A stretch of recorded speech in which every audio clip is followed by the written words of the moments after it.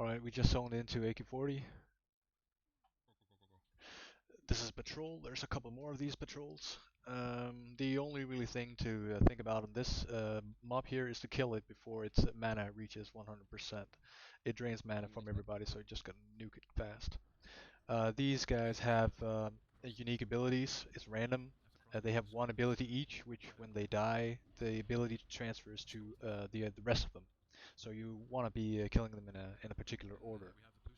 As you can see, there's a couple of them dead, so now there's 3 different effects that they got. This icon here shows like what you would say like an important debuff for like a kill target. The mending one is a good one. You can set that up with Empower, the add-on Empower. You can set it up so you see visible debuff, which means you don't need detect magic. Yeah, so what we just said is don't pull 2 of them at the same time, because you might not have enough DPS to kill both of them before one of them reaches full mana. And if that happens, then they explode, dealing about 6,500 HP damage to the entire raid, which is enough to kill a lot of people, if not everybody. So, um, especially when you got world buffs, as we do in this video, that's something that you don't want to do. So now we reached Prophet Karam, the first boss. However, before pulling him, we're gonna wait until the patrol moves back down. So Prophet Karam, um, every 25% health, he splits up. He creates 2 illusions of himself, and he also remains. So basically, at 75%, you're gonna have 3 bosses instead of 1. You kill the 2 illusions, and then you bring the main boss down to 50%. And then at 50%, he does the same thing. He creates 2 illusions, and you kill those. Bring the main one down to 25% and repeat. That's the boss fight. Then he will also do Arcane Explosion, as you saw there, which can be kicked, counterspelled, etc. And one way to know which one is the main boss is that you want to put like a raid marker on it. So we see the boss should have a blue square.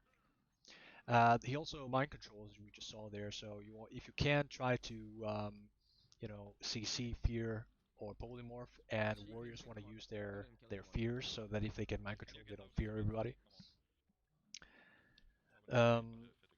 They also blink around, so you gotta be on your toes. What the fuck? No, we will not. We don't need to play. This is a good idea. Come on, guys. What the fuck? Right, so nobody died, but that was not the smoothest kill. A lot of people did not interrupt the kicks, but because we've done this instance 1,000 times, this is manageable. So this pack here, the Brainwasher, well, this is just face roll trash, really. Not much really going on here. They respawn. There's no problem. We might pull again. You should. You don't. If you hug the wall, you don't pull it. All right, so now you get down to the area where if you have a AQ40 mount, you can mount up there, and it makes traveling around inside the instance a little faster. So here you want to decide whether you want to go down to kill the Buck Trio boss, which is an optional boss, or if you want to move to Battleguard Satura. We decided to go down to the Buck Trio. So here you can kill the Brainwasher. He mind controls people, but not that much big of a deal if you don't AoE. And you just kill these. There's really not much going on these trash packs. There's a patrol here, which you want to keep an eye on. The patrol is not too difficult. However, when they die, they spawn like roughly 15 small ants, which you can AoE down pretty quickly. And if your warriors save their AoE taunt, you don't run a risk of mages dying when they're doing the AoE. So that's a pretty good idea.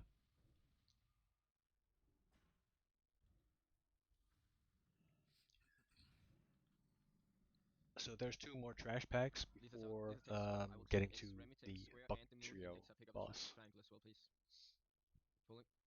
Here you can also pop a nature protection potion for the Buck Trio Boss if you want. I got DC guys and now I'm gonna get back. So that, you know, the cooldown's ready when it's time to fight the boss.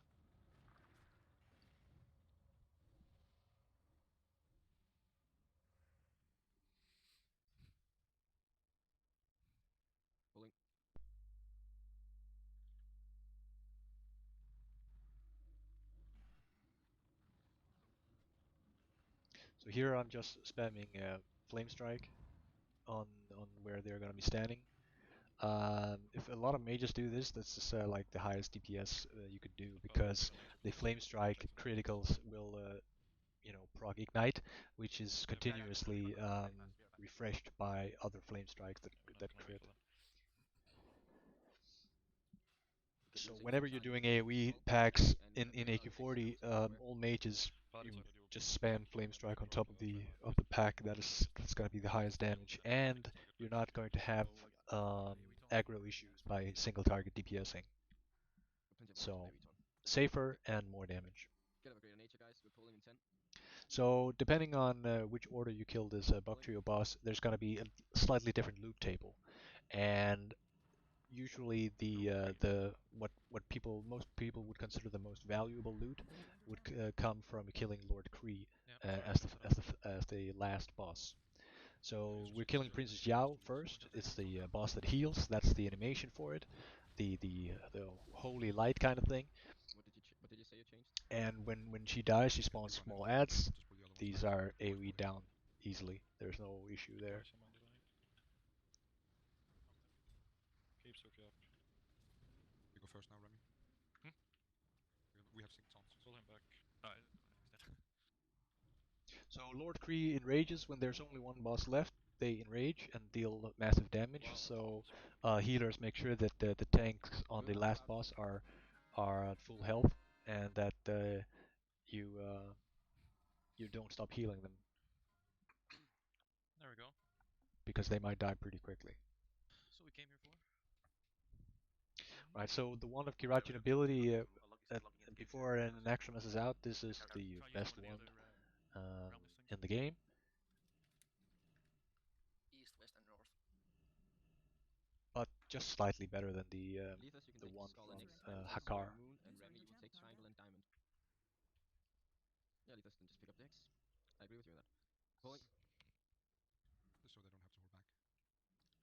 So you can skip the pack over over there, and that's what we do. So this is I believe this is a patrol. Yeah. So you also gotta you know, try to catch them when they're patrolling close. So we just stack them up there and spam Flame Strike on top of that. I believe we accidentally pulled the pack. We need to fall back. We have a group of 3 patrol coming. And the reason why you could pull it is because of what you just saw there. They do a massive knockback, so make sure that the tanks over here are all facing with their backs against the wall, so that when they knock them back, they knock into the wall and not out here, for example. Alright, there's another of the pack that spawns the small ads. So the Vecnis warriors are the ones that spawn the small ones. I gotta go back. The warriors. And I don't believe that there's any more packs like that. So what you could do is have like you're gonna need 6 AoE taunts. So you could have your Fury warriors equip a shield and then do a AoE taunt on those 2 packs of Vectis warriors. Priest, that would be really good for a priest, actually. I put 3 for all. So here the trick is again to have the tanks with the back up in a corner, and there's a good corner to do it up there. If you don't, you have them running around like we just saw there, which is what you will try to avoid.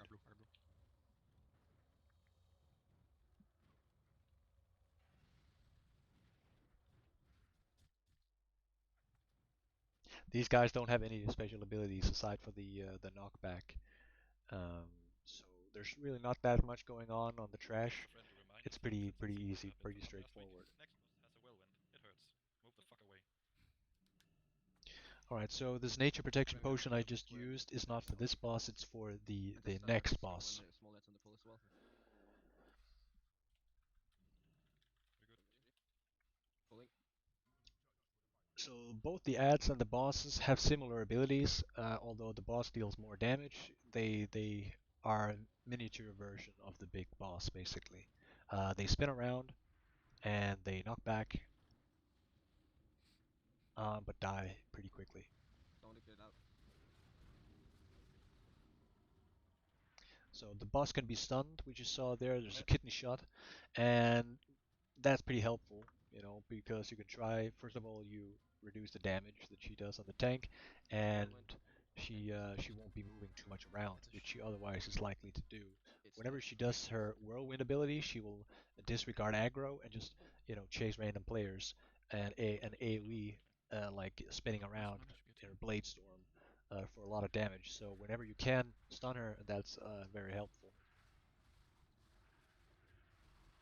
Make the leaders for 1,000 if you want.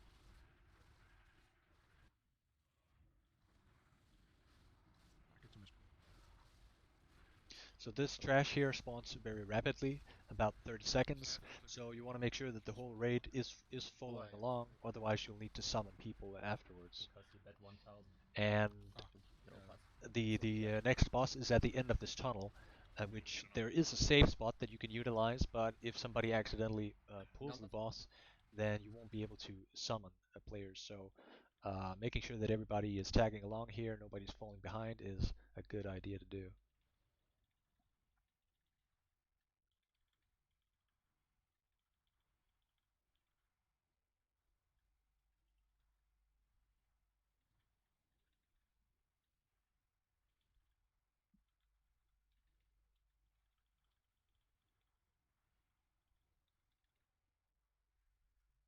Someone's up, please. We're not quite through. Right, so there's the next boss, Fankris, the Unyielding. Fankris has a stacking debuff used on the main tank, which reduces the healing. Oh, somebody fucked up, and the boss has a massive aggro radius, which you just saw there. So even though most people were standing at the safe spot, one person fucked it up and aggroed the boss. So we have people left behind. Anyway, so because we are very geared and we have world buffs and everything, this boss dies incredibly quickly, which means a lot of people will not even, get to what we're about to see here with the worms coming up. So the worms is the hardest part of the encounter.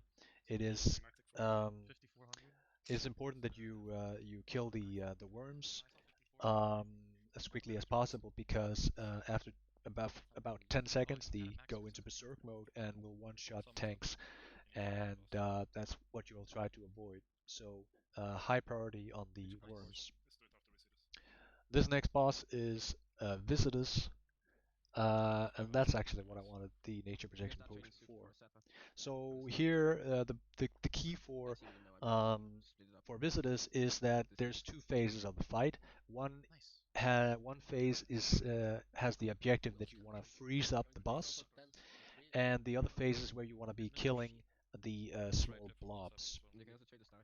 Or in between that you have three phases. One is getting to freeze the boss, which requires frost damage.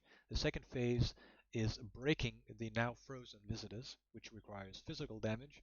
And then the third phase, which is to kill the small slime blobs which spawn after visitors has been shattered. And for the two first phases, getting him to freeze and breaking the freeze, it is not important how much damage you do. The only thing to focus on is the amount of attacks that you do. So in phase 1, it will be the amount of frost damage that frost hits that you can apply. So for example, a high DPS frost wand is not important. What is important is a quick frost wand. Even if it's like as low as level 30, it doesn't matter. It's not the amount of damage, it's how many shots with the wand that you can inflict on visitors here. And that means that all our melee DPS will also have frost weapons, which has a chance to proc frost damage onto the boss. So you can see all our fire mages are using our frost ones, and there we go, the boss is now frozen. We use our melee attacks to freeze it, and now we got the blob phase. So we're trying to kill the blobs, and when they get to the center, we use cyber charges to deal an immense amount of damage, killing a lot of them, which reduces visitors to very low health. And now we got one more, getting him to frozen, and then breaking him up, and then that is the end of the boss fight. If you're not able to kill as many blobs as we did, then visitors will return with much more health, and that will require you to repeat the stages a couple more times until you're able to finish the blobs. Every blob represents 5% of visitors' health, so the more blobs you're able to take away in each phase or in every rotation, then the better it is. If you're able to kill 20 of them, then the boss will spawn one more last time, and then he will be you will be able to kill him after breaking his freeze. So these trash packs here are not too difficult either. They have some poison damage, um, and they also do crippling poison, which means that if you're not a tank and if you have aggro from these, you probably will die because you won't be able to run away. But just let the tanks have aggro and kill them, and there's really not much to worry about here.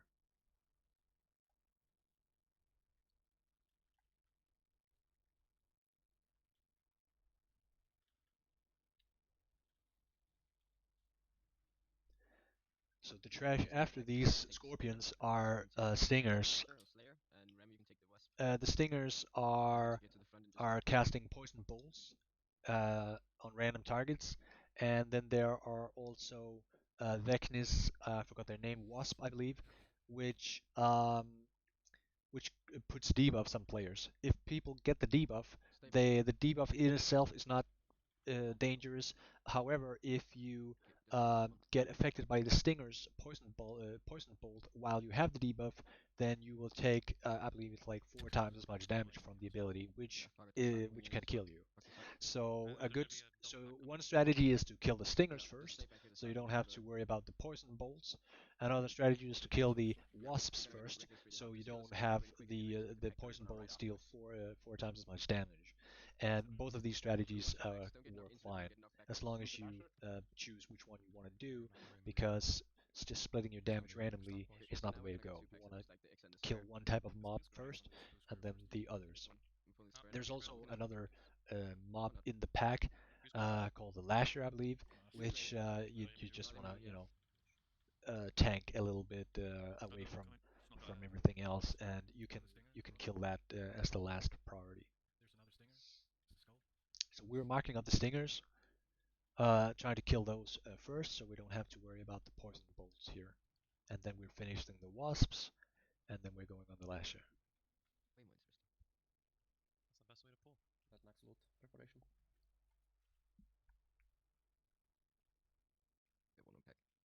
So down here, we have one more trash pack, same thing. Finish the stingers first, or finish the wasps first, and then that's it. Oh, you're far away, partner. Can I give it to you? One thing you want to keep in mind is that the lasher has a knockback ability. So as you see over here, the tank has his back against the wall, so that he doesn't get knocked into Huhuran and wipes the raid. So now we arrived at Princess Huhuran. We want to use a nature protection potion. All the melee DPS should be wearing nature resistance gear to survive the poison volley, which hits the 15 closest players.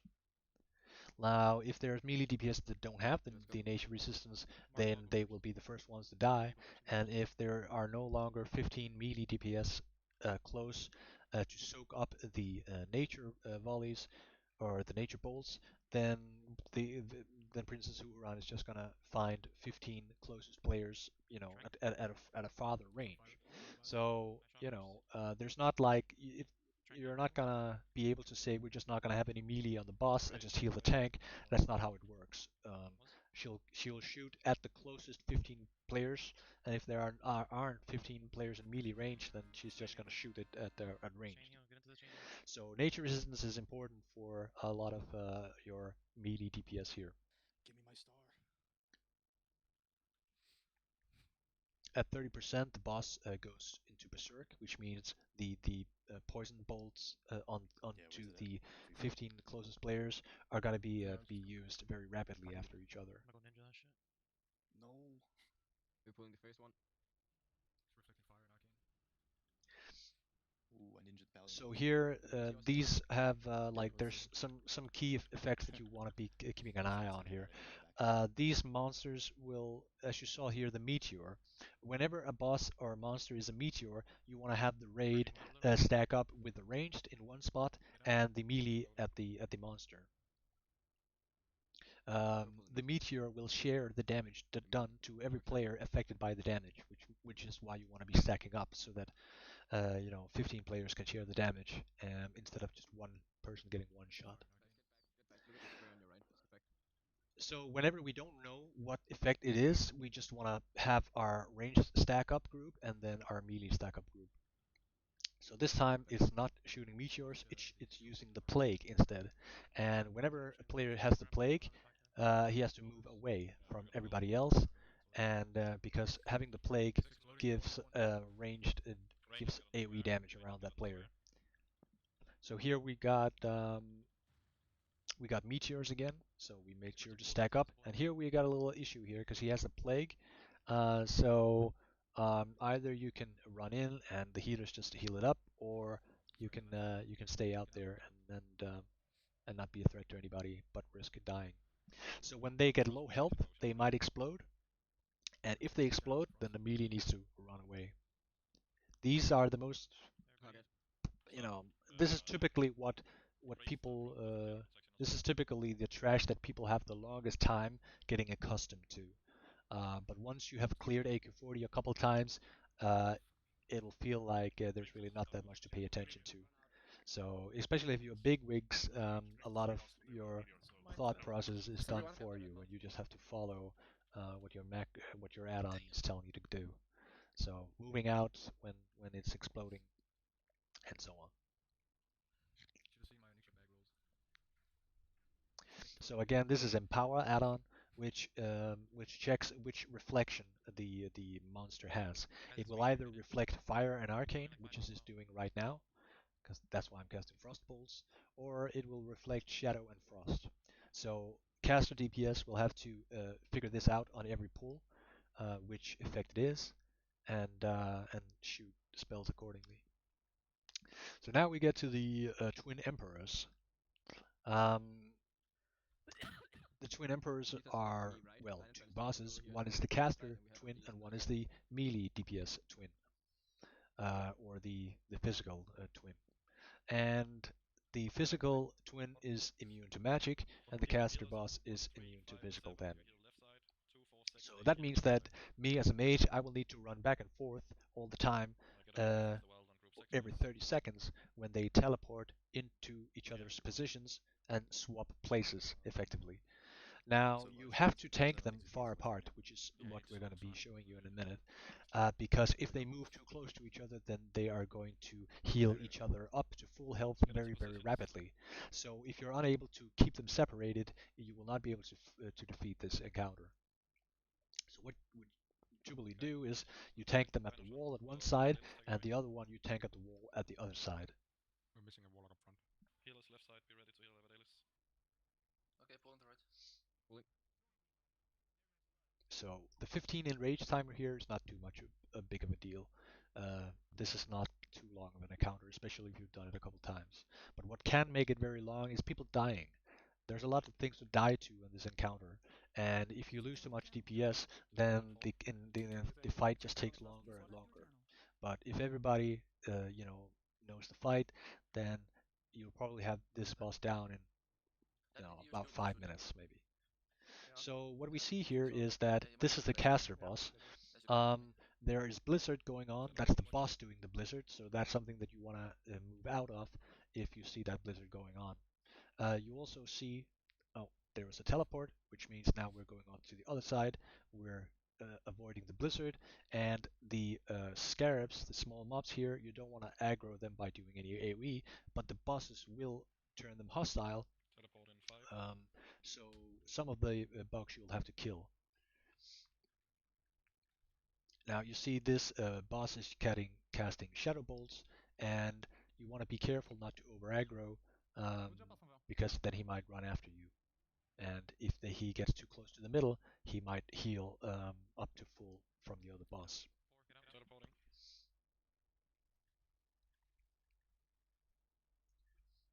So the Castor Boss explodes the bugs, and they deal heavy fire damage. So if you have a fire protection potion, that's very useful for progression, because exploding bugs will deal a fuck ton of damage, as they just did, about 3,000 damage to me. Teleporting 5. So try to avoid the exploding bugs. Only the Castor Boss will make them explode. On the physical side, instead of exploding, they will simply turn hostile and will need to be killed by melee DPS or whoever is around. Let's go. Good shit. So now there's only 2 bosses left. One is optional, that's Uro, and then there's the last boss, Sithun. But before we get to that, there's a lot of trash going on, and the trash here takes roughly between like 20 to 40 minutes, depending on how often you've done it before. So this is like a very time-consuming part of the instance, and it's not. It's a place where a lot of people will die to random stuff going on, because there's a lot of things to pay attention to. I don't remember if in this. Okay, it seems like we're gonna do a pool. Some guilds will try to skip some of the trash here by keeping track of their patrol routes, and work our way behind patrols, hiding around corners and things like that with the entire raid, which is what you could do. But I believe in this video here we are deciding to kill it, which for educational purposes I suppose is fine, although a lot of people will probably want to see how to skip the content or the packs also, but you'll have to look elsewhere for that. So first we see some mind controls going on. Keep attention to the mind controls. Try to polymorph, CC those players. What can fuck this up very quickly is the tanks getting mind controlled, which means you're gonna have to have backup tanks, because the mobs, well, they're pretty hard. So the champions will fear players in close range, which is why you want to typically tank them away from everything else and try to finish them as the last mob.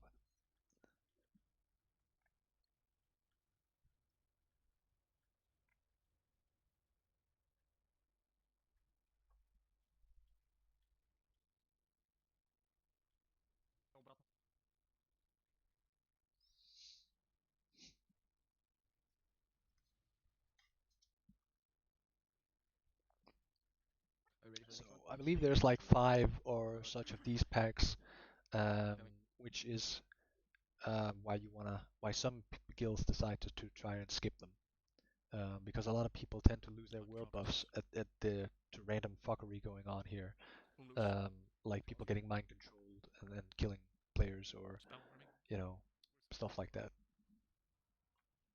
So the Mind Slayers, they deal a lot of shadow damage, um, and when they die, they fear everybody who are close, which means that sometimes, if you can manage, you'll try to move them away from, or at least allow their melee DPS to move away from the Mind Slayers before killing them, similar to the Fire Sworns at Gar, the ads. Just wait with killing them until the melee have gotten the hell out of there.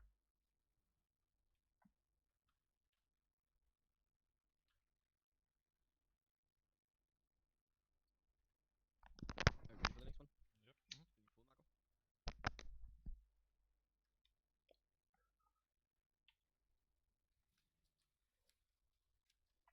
So the composition of these packs are slightly different.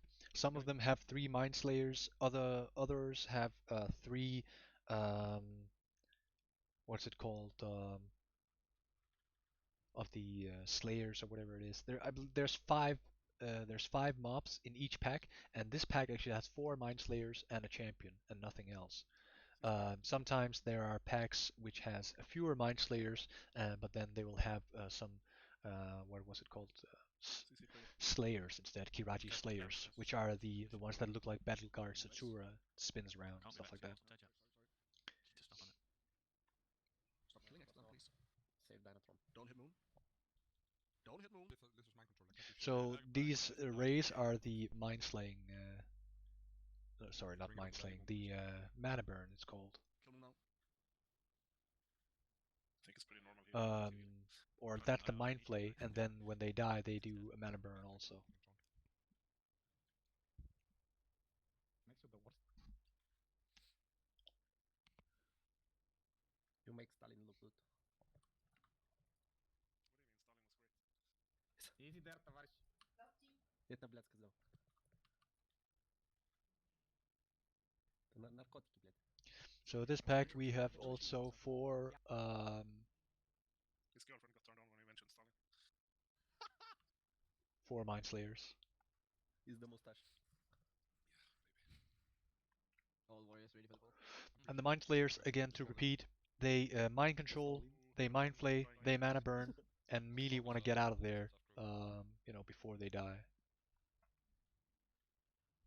Sheep, JavaScript. So what we're doing here is we're pulling the kill target away, and the melee try to run away from them, and then we pull another mind slayer to the kill area before killing them. So the champion is last target here, but because there's not really threat control on the mind slayers, then I'm doing some damage to the champion. Meanwhile, so this effect here is the mana burn seen over here. If you are in close range to them, then they mana burn and cause you to wander around aimlessly, and they use this ability when they die. That's why you want to be away from them when they die. So not perfectly execution of these trash packs, but we don't have anybody dying to it. We're pretty geared, we have world buffs, and we've done this many times before, so even with a couple fuck-ups, we're able to manage fine. Ready? Say when we can prove. Yep. Go whenever. Go, Mago.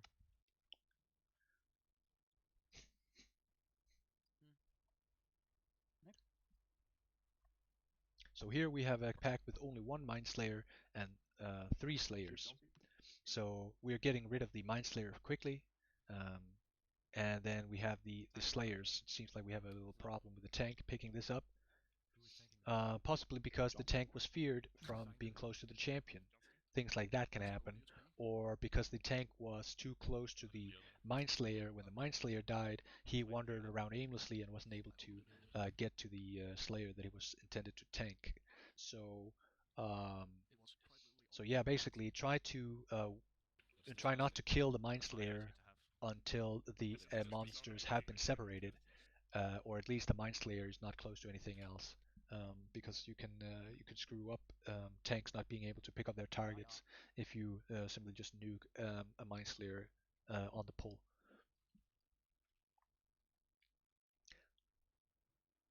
So one more of those trash packs, and now we got a pack without any Mind Slayers. But as I said, a champion will always be there, and then the other 4 monsters are either going to be Slayers or Mind Slayers. Now it doesn't matter when the skull is dead. We can outfield too. So the silence effect is happening by being close to the Slayers, which is why we want to tank them at the corner and then have a ranged DPS, away from them. Here you want to make sure that you don't tank the champion too far up, because he can fear, right? So if you fear a player into this area in here, he can pull these packs here. They have a massive aggro radius, so you want to make sure that you don't tank anything like out in the open up there. That's why we pull the monsters back. So on these packs, you wanna move the eradicators, or whatever they're called, the nullifiers. You wanna pull them around the corner to not be in line of sight of the big boss in there. And these work similar to the eradicators at the beginning of the instance, the ones we just killed, in that when they get full mana, they'll have an effect. and they're not as dangerous as the ones at the beginning of the instance. They just simply stun the raid if they get to full mana and reduce the player's health. They don't actually kill anybody, but yeah, try to focus fire so you kill one of them quickly, and then you can kill the others.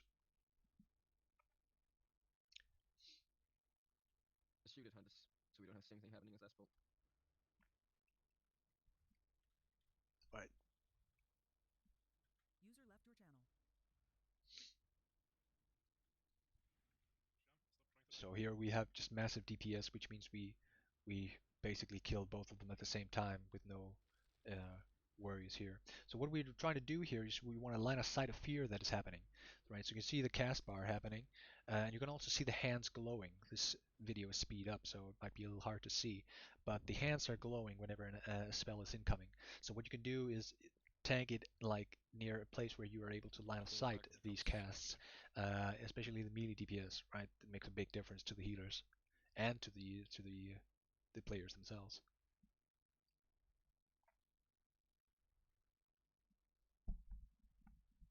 Just send a bed for it or something. Let's go.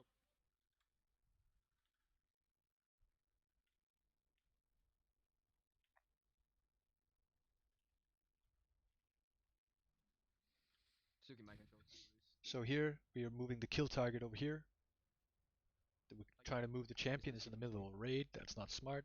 That's being moved out. The kill target is over here, and the mind controls are going out, trying to fear and CC. Alright, the kill target is down. We're bringing another monster over to the kill zone. Here we actually have the melee DPS killing them here, and then when they get low, we move them away, which is not successful at all, which means that's not what you want to do. You move them over to the place where you want to kill them, and then you kill them. But again, because we've done it this 100 times, we can get away with mistakes. It'll be fine. Check your chat, please. Yeah, I can.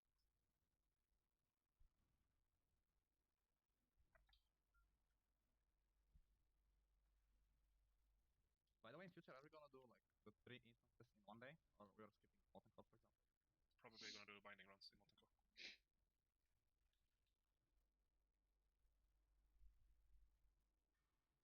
On a right day or a separate day? We're on Discord instead.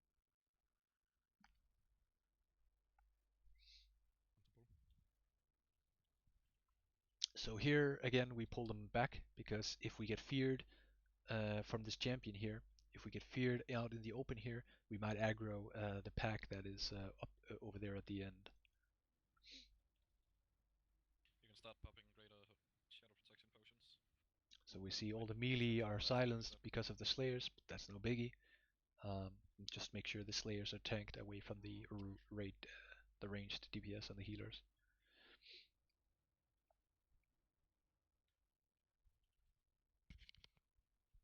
So this pack over here, it can be skipped by hugging the wall, which is what we want to be doing. What we're planning for is the pack that is at the top up there, and we can't see it right now, but it's one of the packs that we just killed also with the nullifiers. So the nullifiers are being killed first. We move them slightly down towards us, and the big dude is being moved up and kept up around the corner out of line of sight of the raid while we kill the nullifiers. So try to keep an eye out on his hands. You can see the hands are glowing green. That's entangling roots, and that's one of his effects that he can do as well, the silence.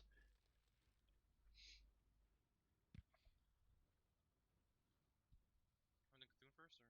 Yep. You can pop nature now as well. And that's it, no more trash. So now we get to Sethune.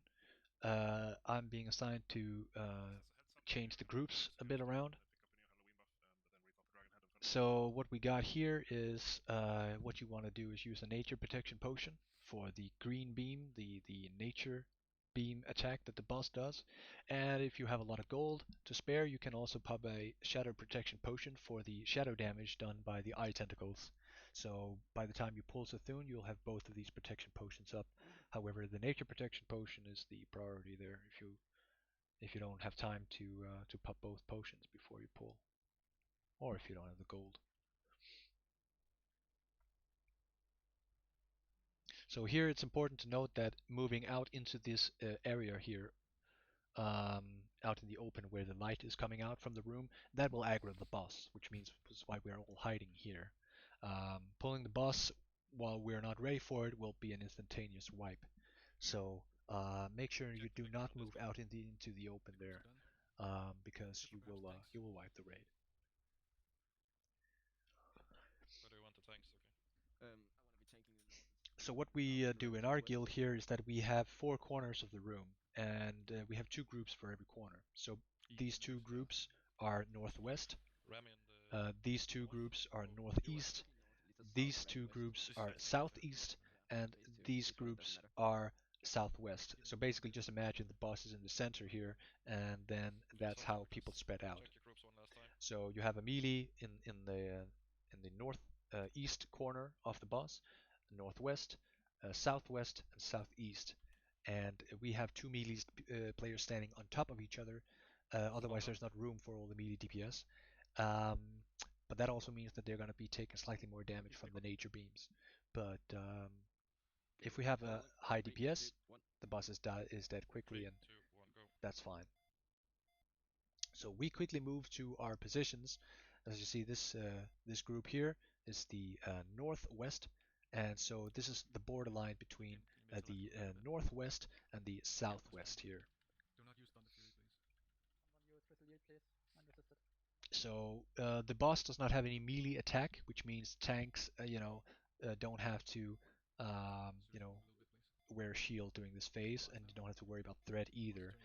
Thunder Fury is also of no use. It just simply takes up debuff slots, so don't use a Thunder Fury in this fight. So during the Dark Glare, we're moving either clockwise or counterclockwise, and for this we're moving counterclockwise. Okay, will you stay north? So now, because I was assigned to the northwest side before, I'm now in the southeast side, which is the exact opposite location, and that goes for every group. I have checked. So that means I'm close to the healers in my party, and they don't have to worry about where I am because I'm still close to them. So this is phase 2, and we got our giant claws, we got our giant eyes, and we got our eye tentacles to worry about. Giant eye coming soon with small eyes. So this is me getting thrown into the stomach. Random players get thrown into the stomach, and down here we have to attack these eye tentacles. When both of these tentacles reach 0 health, then the boss is weakened, and you're able to deal damage to the boss himself. While the boss is weakened, no more adds spawn, so it's basically all out on damage on the boss when these 2 tentacles are dead. You're also getting a stacking debuff while you're in the stomach, which means you can't just stay in there. You have to eventually leave the stomach and return to the fight upstairs. So here we got a giant claw tentacle. This needs to be tanked, so we do need tanks on the fight. But the giant claw tentacle dies quickly and is not too much to worry about. So here we're working on getting debuffs up on the boss and getting ready for a weaken. Don't weaken. We want to make sure that we don't weaken the boss while there are big adds up. Weaken it, go. Come around the back melee. So now the boss is weakened and it's all out damage on the boss. We save our cooldowns for this, and Full DPS. basically no adds to worry about doing this. The beeping noise you hear is from the Sethune Warner add-on, which is in the upper left corner. It shows, well, you can move like 30 seconds back in the video and see the Sethune Warner in the upper left corner, indicating whether you're close to other players. If you are, then it will show a red dot, and if you are safe, meaning if you are not close to other players, then it will show a green button, and you will not hear the beeping sound. The reason why you want to be away from other players is because of the eye beam attack, which is being used by the boss in phase 1 and by the giant eye tentacles in phase 2. That was the build. Going to Avatar for 550 in 3, 2. The Sethune fight has a lot of components. Obviously, I didn't have time to go through everything here, and I encourage you to watch a actual strategy video of Sethune in order to catch everything, because it is the most complicated fight, and it is the fight that has the most amount of things to be aware of. Ring of the gods there. So now we get to Uro, which is an optional boss, and the last boss that we have not yet defeated in the instance of this clear. So a nature protection potion will help you when the from multiple effects on this boss, and so that's good to pop prior to a pull. Uro does a lot of damage, and similar to Ragnaros, does not move around. So the tanks need to be close to him. If there's no melee close to the boss, then he'll start to one-shot ranged players. Thing on the forum threat. So it seems that number 1 on threat always gets hit. So if number 1 on threat goes here, rest of the raider here, and then you, if you're tanking it, you tank here, and then the off tanks can be on the same side because they won't get hit by the sandblast. So what's being talked about here is how to deal with the sandblast ability. So the boss does a cone ability, which does a massive amount of damage in the direction of the highest player on threat, which the highest ranged player on threat, meaning that's either going to be a warlock or a mage. So these players will need to separate themselves from the rest of the raid. So whoever, you basically pay attention to KTM, and if you're a warlock or mage and you're high on threat, then make sure that you run into a direction which is not facing the raid. The boss does a cone ability in your direction, so make sure that if you are the guy with the higher threat, that you move away from everybody else, which you'll see in a minute. So what you see up there, that's where Uro will spawn when we're ready to move close. That's where he's gonna come. So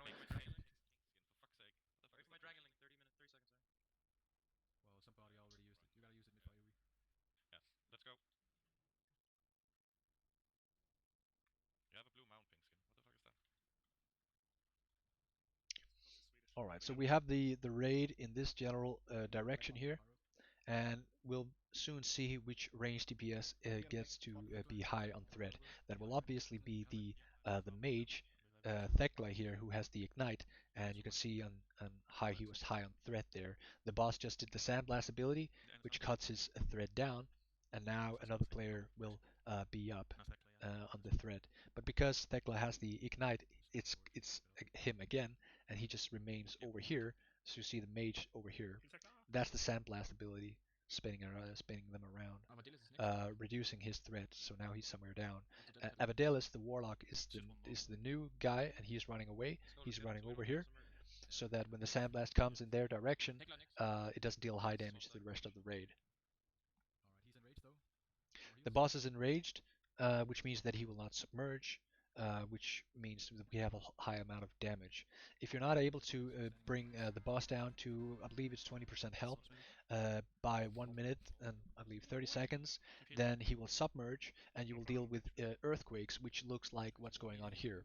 So these earthquakes will choose random players and simply just chase them around, dealing nature damage in the path, which is why a nature protection potion is useful. And that's AQ40. So obviously lot of stuff I didn't get to touch upon, but it gave you a rough idea of what to expect when you go into AQ40. So thanks for watching.